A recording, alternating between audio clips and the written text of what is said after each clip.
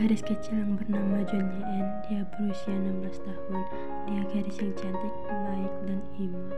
Dia sudah ditinggalkan oleh kedua orang tuanya di usianya 10 tahun dan dia sangat ingin di panti asuhan. Selama di panti asuhan, dia tidak ada yang mengambil untuk menjadi anak. Dia gadis yang mandiri dan dia bekerja sebagai pengantar susu kedelai ke rumah-rumah yang memesan susu itu. Dan saat dia perjalanan, dia tidak sengaja menabrak mobil seseorang dengan sepedanya dan meninggalkan lecet di mobil itu. Pemilik mobil pun keluar dan melihat yang terjadi pada mobilnya, dan dia kaget melihat lecet di mobil mewahnya. Mama kagetmu dan langsung melihat mobil itu. Ais, mobilnya lecet, aku harus bagaimana ini? Ucapmu melihat aku dan ada seseorang yang menghampirimu. Ais, mobilku, dan langsung menatapmu. Kau pun takut dengan tatapan mata pria itu. Kau pun menunduk kepalamu agar tidak melihat matanya, dan pria itu pun mengangkat bicara padamu. Apa kau tidak melihat mobil mahal? Terlihatlah siapa yang akan memperbaiki mobil ini. Maafkan saya, Ajuchi, saya tidak sengaja menumbuh mobil Anda. Saya minta maaf. Ucapmu dan menatap pria tampan itu. Entah apa yang terjadi pada pria itu, menatap matamu dan dia mendapatkan jantungnya di dalam dadanya dan melihatmu yang memohon padanya. Dan apa ini, kenapa dia merasakan hal yang aneh di dadanya? Tidak seperti biasa, dia tidak seperti ini jika berhadapan dengan seorang wanita. Maaf Ajuchi, saya tidak memiliki uang. Saya hanya memiliki uang segini. Ucapmu menunjukkan uang yang hanya 70.000 won. Menghela nafas, sekarang pergilah sebelum aku berubah pikiran untuk menyuruhmu mengganti rugi. Kau pun membungkuk dan badanmu 90 derajat dan langsung mendorong sepedamu untuk menjauh. Tiba-tiba ada salah satu teman pria itu menghampirinya dan dia bertanya pada sahabatnya itu apa yang terjadi, tetapi sahabatnya itu masih memandangnya yang belum begitu menghilang dari pandangannya. Ada apa Tayang? Kenapa kau ada di luar? Apa musuhmu ada di sekitar sini? Ucapnya pada sahabatnya itu. Cimina, kau cari identitas warga gadis kecil itu. Aku ingin semuanya sudah ada di rumahku saat kita berkumpul nanti bersama yang lain. Cimina masuk ke dalam mobilnya meninggalkan sahabatnya itu. Dia nyuruhku mencari gadis yang aku tidak tahu bagaimana rupanya dan orang yang Ais. Dia benar-benar aku harus mengecek satu persatu CCTV di sini. Jimin pun mulai memasuki toko yang tempat berada di mana Taehyung berdiri tadi.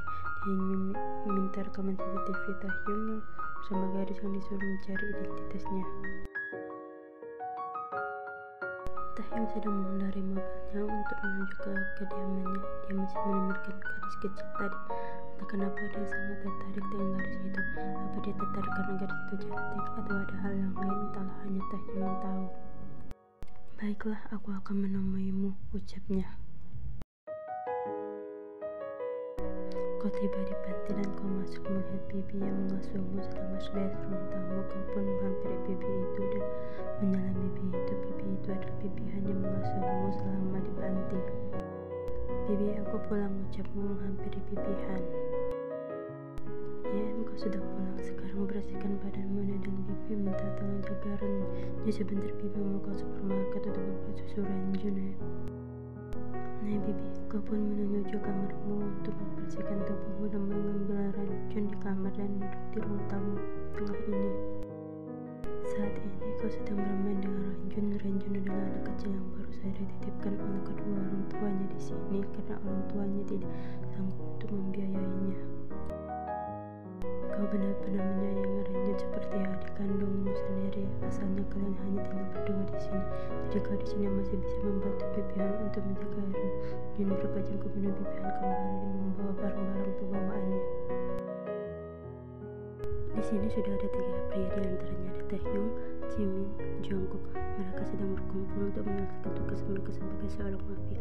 Mereka juga CEO sekaligus mafia terkuat di negara ini. Siapa yang tidak tahu mafia king di negara ini? Mereka menggunakan nama samaran jika sudah berada di dunia bermafia. Taehyung, V, Jimin, JM, Jungkook juga. Jika di luar mereka terkenal sebagai CEO yang tinggi dan pria tampan yang diincar banyak wanita, tetapi sayangnya mereka tidak tertarik dengan satu wanita pun. Bagaimana? Apakah sudah menemukan identitas gadis kecil itu, Jimin? Tanyanya pada sahabatnya itu. Cah, kau kira mudah mencari gadis yang kau curu itu? Kau tidak memberitahu ciri-cirinya dan juga fotonya. Aku baru saja menyuruh anak buahku untuk mencarinya dan mengambil rekam CCTV di mana kau dan gadis itu berada. Jadi tunggulah jelasnya. Baiklah, aku ingin hari ini identitas gadis itu sudah kau dapatkan. Jika tidak, kau tahu sendiri akibatnya. Yang sebenarnya siapa yang sedang kau cari? Tanya pada Taehyung. Aku saja juga tidak tahu. Dia ingin mencari gadis sepertinya berusia 15 tahun. Apa kau menyukainya, Taehyung sih? Ingat Taehyung si umur sudah 30 tahun dan kau menginginkan anak di bawah umur dia terlalu cocok menjadi anakmu, bukan istri, tawa Jimin. Taehyung terdiam mendengar kata yang Jimin ucapkan anak. Ya, Taehyung langsung berpikir menjadikan adiknya. Dia ingin kau menjadi bagian dari rumah ini. Taehyung pun sudah mengambil keputusan akan menjadikanmu putrinya. Terdengar deringan ponsel di ruangan ini dan bunyi itu berasal dari ponsel Jimin. Dan Jimin pun langsung melihat ponselnya. Setelah tahu siapa yang menelponnya, dia langsung mengangkatnya. Well, apa kau sudah menemukannya, Anu? Jawabnya. Nih, aku sudah menemukannya. Aku akan mengirimkan identitasnya dan tempat tinggalnya padamu lewat email. Ucapnya dan langsung diiyakan Jimin dan dimatikan sepihak. Anu sudah menemukannya. Dia akan mengirimkan semuanya di email kau, ucapnya dan dilakukan oleh Taehyung. Ponsel Jimin berbunyi lagi, tandanya ada pesan masuk dan benar email yang dikirim oleh Anu sudah masuk dan Jimin langsung mengirimnya ke email Taehyung. Aku sudah mengirimnya ke emailmu, jadi kau tinggal baca saja, ucapnya. Yang aku juga mau lihat, ucapnya pada Jimin dan Jimin memberikan ponselnya pada Jungkook. Taehyung pun membaca setiap baris identitasmu. Dia kaget rupanya kau tinggal di panti asuhannya.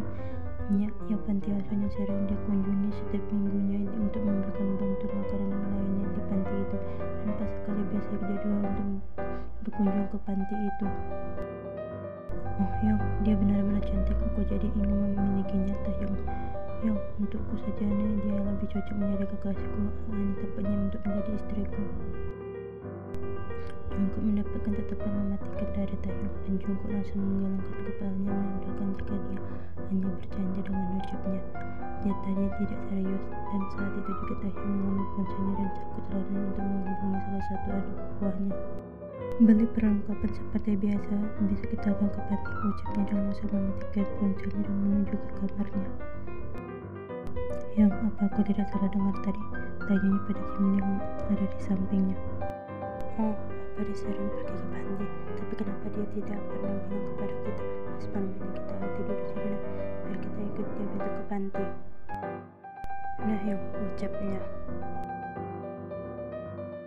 Pak Kang, panggilnya. Nah Tuan, apa kita akan berangkat sekarang? Tanya pada majikannya ini. Nah, apa semuanya sudah dimasukkan ke dalam mobil? Sudah Tuan, mari, ucapnya mempersilahkan Taehyung untuk berjalan lebih dulu. Tunggu, tariknya, dan itu membuat langkah Taehyung berhenti dan melihat ke belakang. Sejak kapan kalian di sini? Tanyanya pada kedua sahabatnya itu. Dari tadi malam, Yong, kami ikut ya ke panti, ucapnya pada Taehyung. Tidak, ucapnya dan melanjutkan langkahnya. Tapi jika Taehyung mereka akan tetap mengikuti Taehyung dari belakang. Ya, Taehyung tahu mereka mengikutinya, jadi dia hanya bisa pasrah pada kedua sahabatnya ini. Taehyung masuk ke dalam mobil dan duduk di kursi depan dan Jimin juga di belakang. Setelah itu mobil pun berjalan menuju panti asuhan yang biasa dikunjungi jika hari kantor libur. Taehyung, sudah sejak kapan kau selalu ke panti? Oh, bukannya kau tidak mau pergi ke tempat seperti itu? Sudah 3 tahun aku selalu ke panti itu karena aku selalu memberikan makanan yang lain untuk mereka yang ditinggalkan oleh orang tuanya.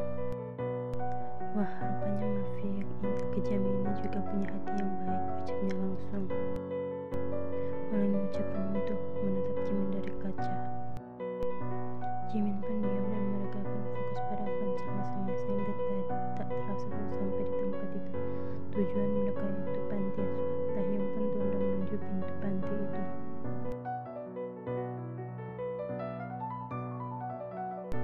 Wanita parubaya pun membuka pintu panti itu dan melihat siapa yang datang. Rupanya Taehyung. Dia sudah tahu jika Taehyung ini adalah orang yang selalu mempedulikan panti ini sampai sekarang. Tuan Taehyung, ucapnya dan membungkukkan badannya. Bibi, aku membawa keperluan panti ada di dalam bagasi. Minta sama Pak Akang, ucapnya pada Bibi Han. Ini Tuan, silahkan masuk saja ke dalam, ucapnya dan berjalan masuk dan diikuti Jimin dan Jungkook. Taehyung pun duduk di ruangan ini diikuti oleh Jimin dan Jungkook. Hyung, kenapa tidak ada anak-anak di sini? Biasanya kan banyak anak-anak, Hyung. Entahlah, aku juga bingung. Mungkin mereka sedang bermain di belakang, ucapnya dan tiba-tiba terdengar tangis bayi yang sangat kencang di dalam ini. Bibi, Renjun nangis, Bibi, ucapnya Yeon berlari sambil menendang bayi. Oh, kenapa Renjun ya? Tanyanya dan mengambil alih Renjun dari Yeon.